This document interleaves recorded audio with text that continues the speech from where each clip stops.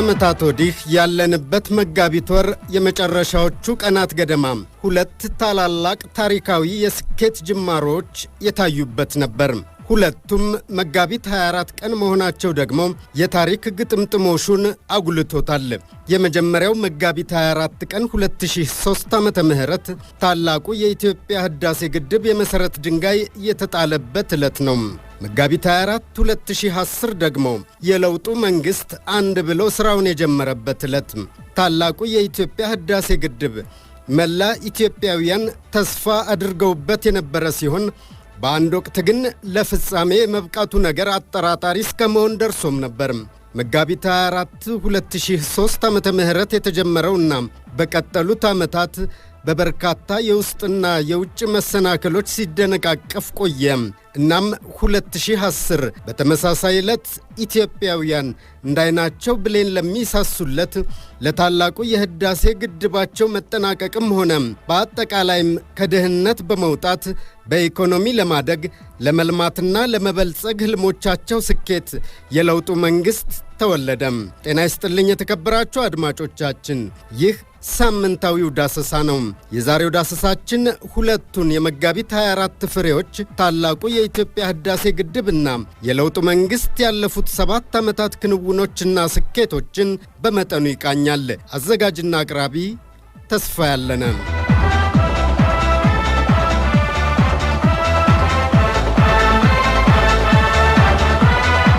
በዓለማችን የውሃ ፖለቲካ የምሁራንን ቀልብ የሳበው የታላቁ የኢትዮጵያ ህዳሴ ግድብ ግንባታም ምንም እንኳ በኢትዮጵያና በታችኛው ተፋሰስ ሀገራት መካከል ጊዜያዊ የሆነ የሐሳብ ልዩነት በመፍጠር የሐሳብ ተቃርኖዎችን ይዞ ቢመጣም ለተፋሰሱ ሀገራት የረጅም ጊዜ ቀጠናዊ ትብብር ትልቅ ሚና እንደሚኖረው የዘርፉ ምሁራን በተደጋጋሚ ይናገራሉ። በዓለማችን የድንቃ ድንቅ መዝገብ ውስጥ ረጅሙ ወንዝ በመባል የሚታወቀው የናይል ወንዝ 11 የምስራቅና የሰሜን አፍሪካ ሀገራትን ድንበር የሚያቋርጥ ሲሆን በደቡብ ከታንዛኒያና በምስራቅ ከኢትዮጵያ ተነስቶ ወደ ሱዳንና ግብፅ መዳረሻውን ካደረገ በኋላም ወደ ሜዲትራኒያን ባህር እንደሚገባም በብዙ መጻሕፍት ሰፍሮ ይገኛል። ምንም እንኳን የውሃ ተፋሰሱ 11 ሀገራትን ቢያካትትም እንደ አውሮፓውያን አቆጣጠር የ1929ና የ1959 ዓመተ ምህረት የቅኝ ግዛት ስምምነት መርህን መሰረት በማድረግ የውሃ አጠቃቀሙ በሁለት ሀገራት የበላይነት ተይዞ ረዘም ላለ ጊዜ መቆየቱም የሚታወቅ ነው። ወንዙ ከሚያመነጨው ዓመታዊ የውሃ ፍሰት ውስጥ 84 ቢሊዮን ኪዩቢክ ሜትር ውሃም ወደ ታችኛው ተፋሰስ ሀገራት የሚፈስ ሲሆን ከዚህ ውስጥ ግብፅ 66 በመቶና ሱዳን 22 በመቶውን እንደሚጠቀሙበት፣ ቀሪው 12 በመቶ የሚሆነው ደግሞ በትነት መልክ የሚባክን መሆኑን ጥናታዊ መረጃዎች ያመላክታሉ። የወንዞች ሁሉ አውራ ስለሚባለው አባይና ስለ ታላቁ የኢትዮጵያ ህዳሴ ግድብ ግንባታም ብዙ ተብሏል፣ ብዙ ተነግሯል፣ ብዙ ተጽፏል። ከናይል ወንዝ 86 በመቶ ውሃ የሚመነጨው ከኢትዮጵያ ሲሆን ቀሪው 14 በመቶ ደግሞ ከነጭ አባይ የሚገኝ ነው። አባይ ለግብፅ የባህላዊና ዘመናዊ የመስኖ ልማት ዋነኛ አውታር ሆኖ አገልግሏል። አሁንም በማገልገል ላይ ይገኛል። በዚህም ግብፅ የተለያዩ አትክልትና የፍራፍሬ ምርቶችን ከራሷ አልፎ ለዓለም ገበያ እያቀረበች የውጭ ምንዛሬ ዋስትናዋ አድርጋው ትገኛለች። ከዚህም በተጨማሪ ሰው ሰራሽ ሐይቆችን ፈጥራ ከፍተኛ የአሳ ምርት በማምረት ላይ ናት። የቱሪስት መስህቦችም ባለቤት ነች ግብፅ። ከዚህም ጋር በተገናኘም ተጨማሪ የቱሪስት መስህብ ታገኝበታለች። በአንጻሩም አብዛኛው የኢትዮጵያ አካባቢ በተለያዩ ምክንያቶች ተራቁቶ የአፈሩ ለምነት እየሳሳ በመሄዱ ምክንያት በሚያጋጥመው የዝናብ እጥረት ለተደጋጋሚ ድርቅና ረሃብ ተጋላጭ እንድንሆን አድርጓል። ዝናብ ላይ ጥገኛ ሆኖ የኖረው የኢትዮጵያ ግብርናም በተለያዩ ዓመታት ተደጋጋሚ ፈተናዎች ጋር ሲጋፈጥ ኖሯል።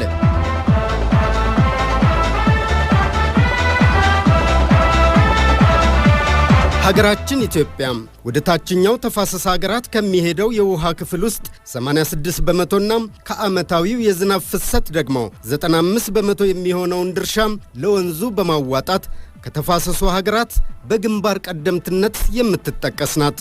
ካለፉት 10 ዓመታት ወዲህ በላይኛው ተፋሰስ ሀገራት እንደ አብነትም በኢትዮጵያ የተፈጠሩ መሰረታዊ የፖለቲካና የኢኮኖሚ ለውጦች በወንዙ ለመልማት በሚደረጉ ፍላጎቶችና ጥረቶች ከታችኛው ተፋሰስ ሀገራት የቅኝ ግዛት ትርክቶች ጋር የሚቃረኑ ሆነዋል።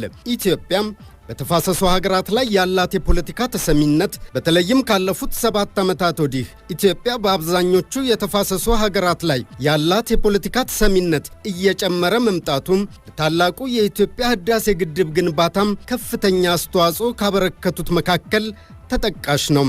ኢትዮጵያም መጋቢት 24 ቀን 2003 ዓመተ ምህረት ታላቁ ህዳሴ ግድብ ግንባታን በይፋ ስትጀምር ከመላ ኢትዮጵያውያን በተጨማሪም በተፋሰሱ ሀገራት ጎረቤት ሱዳንንም ጨምሮ የቦንድ ግዢ በማድረግና ስራውን ለማቀላጠፍ የሚያግዙ የግንባታ መሳሪያዎችን በማቅረብ ያደረጉት ድጋፍ በቀጠናው ለሚኖረው በጋራ የማደግ የትብብር መንፈስ እንደ ትልቅ ማሳያ ተደርጎ ይወሰዳል። የታላቁ የኢትዮጵያ ህዳሴ ግድብ ግንባታ የሚከናወንበት ቦታም ለጎረቤት ሱዳን ቅርብ መሆኑና በኢትዮጵያ በኩል በዋናነት ለኃይል ማመንጫ የሚውል በመሆኑ አገሪቱ ከቀጠናው ሀገራት ጋር የጀመረችውን የኃይል ሽያጭ በሰፊው ለማዳረስ የሚያግዝ ነው። በቀጠናው የሚኖረውን የኢኮኖሚ ትብብር ማዕቀፍ ለማጠናከርም ከፍተኛ አስተዋጽኦ ይኖረዋል። በቀጣይም በተፋሰሱ ሀገራት በኩል በናይል ወንዝ ላይ ለሚነሱም የልማት ፍላጎቶች የታላቁ ህዳሴ ግድብ ትልቅ መነሻ ሆኖ በማገልገል ሀገራት ቀጣናዊ ትስስር የሚፈጥሩ የልማት ሐሳቦች ላይ በትብብር ለመስራት የሚያግዙ የጋራ እቅዶች እንዲኖሯቸው ድጋፍ ያደርጋል።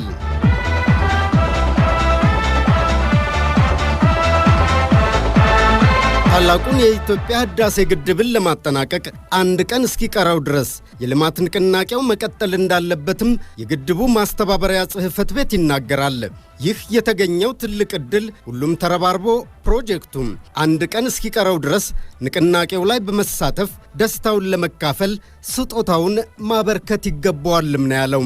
ህብረተሰቡ ያዋጣው ገንዘብ ትልቅ ቁም ነገር ላይ ውሎ ውጤቱን ሲያየው እጅግ የሚኮራበት ጉዳይ ነው። ይህ የልማት ንቅናቄ ልክ አድዋ ላይ ኢትዮጵያውያን ያሳዩት አንድነትና ህብረት እንዲሁም ሙሉ የሀገር ፍቅር ተነሳሽነት የታየበት እንደመሆኑም በዚሁ ተምሳሌትነቱም ሊቀጥል ይገባዋል። የህዳሴ ግድብ ግንባታ የአሁኑ ትውልድ ትልቅ የልማት አርበኝነት እንድንጎናጸፍ እድል የሰጠው የይቻላል መንፈስና ጀምሮ የመጨረስ ህልምን እውን ያደረገበት ትልቅ ስኬትም ነው። ታላቁ የህዳሴ ግድብ በቀጣይ ለብዙ ፕሮጀክቶች ልምድና መሰረት የሚሆን ሲሆን የፕሮጀክቱ ክንውን ከጅማሬው አንስቶ አሁን ሊመረቅ ጥቂት ወራት እስከቀሩበት ደረጃ ድረስ እያንዳንዱ የሥራ ሂደት ለታሪክ የሚቀመጥ በርካታ ሰንሰለቶችና ቀበቶች የያዘም ነው። መጪው አዲስ ዓመት መስከረም ላይ ሁሉም ኢትዮጵያውያን ተባብረው ሪቫኑን ይቆርጣሉ የሚል ተስፋ ተይዟል። በመሆኑም እስከ መጨረሻዋ የመመረቂያ ዕለት እያንዳንዷ ቀን የፕሮጀክቱን ወጪ ትጠይቃለች። ስለዚህም የቦንድና የስጦታ ድጋፎች ተጠናክረው ሊቀጥሉ ይገባል። ታላቁ የኢትዮጵያ ህዳሴ ግድብ በመላ ኢትዮጵያውያን የተባበረ ክንድ ስራው ይጀመር እንጂ መሃል ላይ መደነቃቀፎች ግን አጋጥመውት ነበር። የለውጡ መንግስት መምጣቱን ተከትሎም ተንገራግጮ የነበረውን የግድቡ ግንባታም እንከኖቹ ተስተካክለው ዳግም ላይ ቋረጥ በተከታታይ የግንባታ ምዕራፍ ውስጥ ተመልሶ ገባም። በአንድ ወቅት የፌዴሪ ጠቅላይ ሚኒስትር ዶክተር አብይ አህመድ በህዝብ ተወካዮች ምክር ቤት ተገኝተው አድርገውት በነበረ ንግግርም የህዳሴ ግድቡ ብዙ እየተፈተንበት ያሉ ነገሮች ቢኖሩትም ለኢትዮጵያ ህዝብ ቃል በገባነው መሰረት እናሳካዋለን ብለው በተናገሩት መሰረት ጠቅላይ ሚኒስትሩና መንግስታቸው ቃላቸውን በተግባር መፈጸም ችለዋል። ጠቅላይ ሚኒስትሩ በዚያን ወቅት የታላቁ ህዳሴ ግድብ ግንባታን እንጨርሰዋለን፣ የታላቁ ህዳሴ ግድብ ግንባታን የምንጨርሰው ልጆቻችንን መጀመር ብቻ ሳይሆን መጨረስም እንደምንችል እንዲያውቁት ስለምንፈልግም ጭምር ነው በማለት መናገራቸውም አይዘነጋም። ሀገራዊ ለውጡም ታላቁ የኢትዮጵያ ህዳሴ ግድብ ወሳኝ ምዕራፍ ላይ እንዲደርስ ማድረግ ያስቻለ ነው።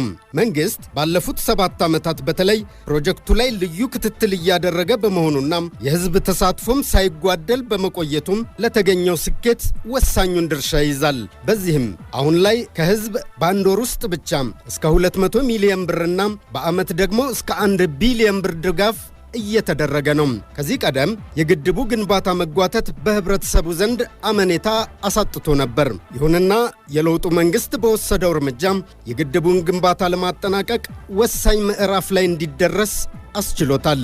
ግድቡ መንግስትና ህዝብን ያስተሳሰረም፣ ከብድርና እርዳታ አስተሳሰብ ነፃ መሆንን ያሳየም፣ እንዲሁም ፕሮጀክት መጨረስ አቅምን ያመላከተ መሆኑም ይነገርለታል። በቀጣዮቹ 6 ወራት የግድቡ ግንባታ ሙሉ በሙሉ ተጠናቆም ሪቫን እስኪቆረጥ ድረስም መላ ኢትዮጵያውያን እስካሁን በማድረግ ላይ ያሉትን ድጋፍ አጠናክረው ሊቀጥሉ ይገባል።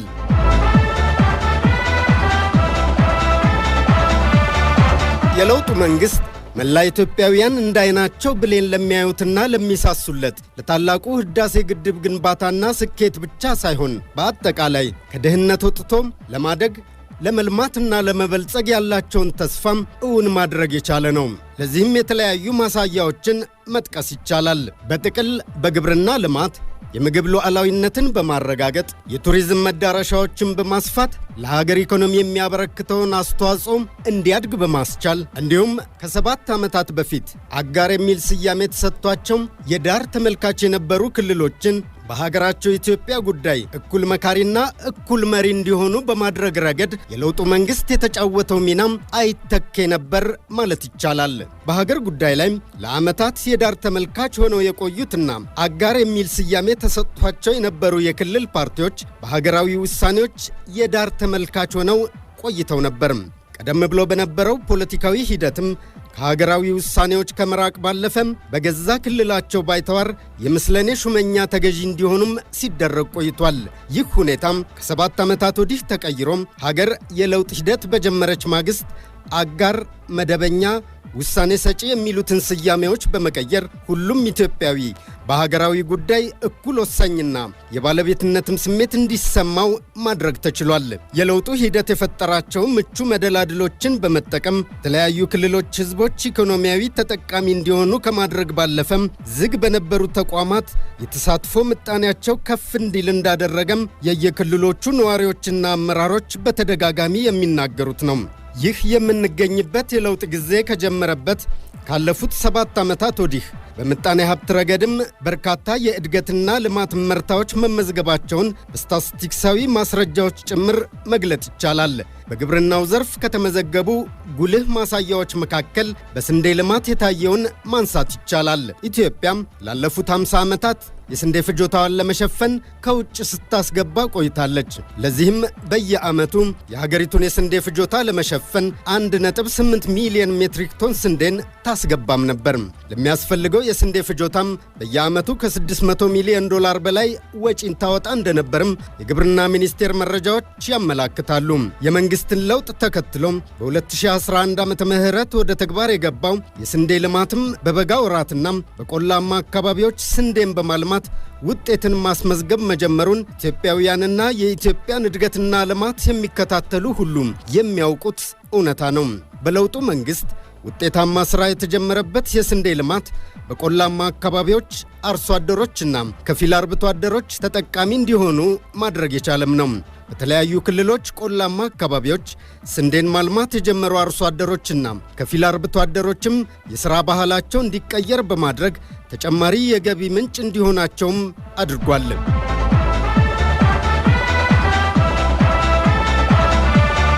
ከ7 ዓመታት ወዲህ የለውጡ መንግስት በከፍተኛ ተነሳሽነት ካከናወናቸው ተግባራት ሌላኛው ቱሪዝምን የተመለከተ ነው። በቱሪዝም ኢንዱስትሪ የተገኘው ስኬትም ኢትዮጵያውያን ብቻ ሳይሆኑ መላ ዓለም የሚመሰክረው ነው።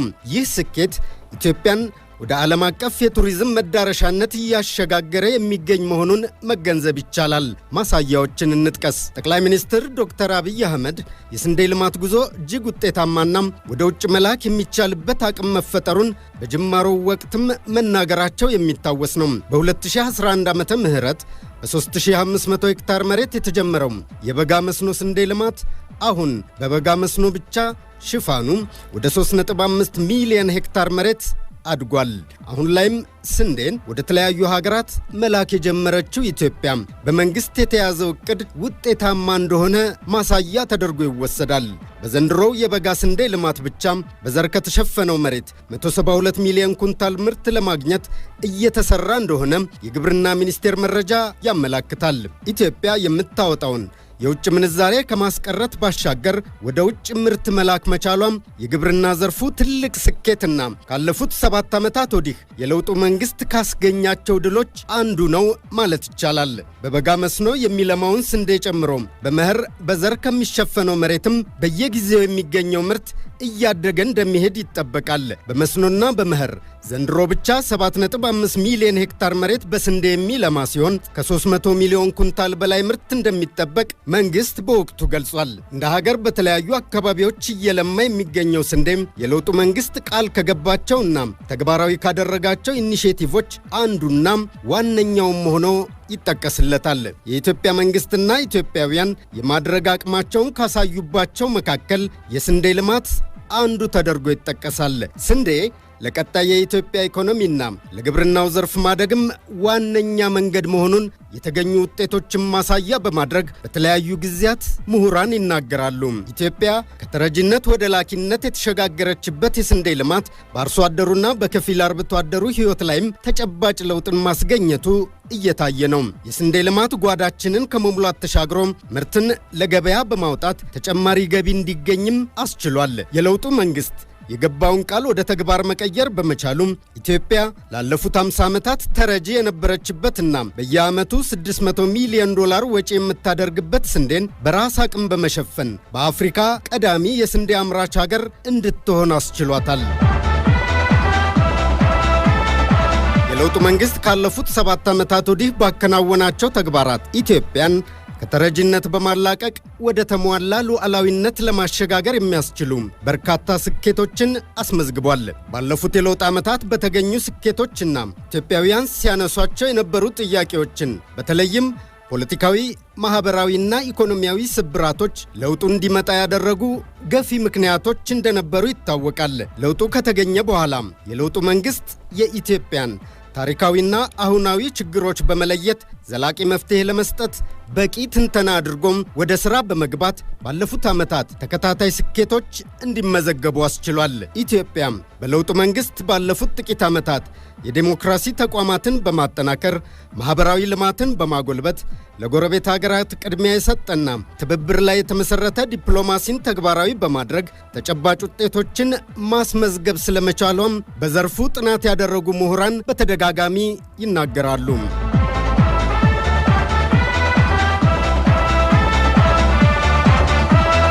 የተከበራችሁ አድማጮቻችን የሁለቱ መጋቢት ፍሬዎችን የታላቁ ህዳሴ ግድብ ግንባታ የተጀመረበትን ዕለትና የለውጡ መንግስት የመጣበትን ዕለት መጋቢት 24ን በተመለከተም ያሰናዳነው ሳምንታዊው ዳሰሳችን በዚሁ ተጠናቀቀም። ተረኛ አዘጋጅና አቅራቢ ተስፋ ያለነ ነኝ። ሳምንት በሌላ ርዕሰ ጉዳይ እንጠብቃችኋለን። ጤና ይስጥልኝ።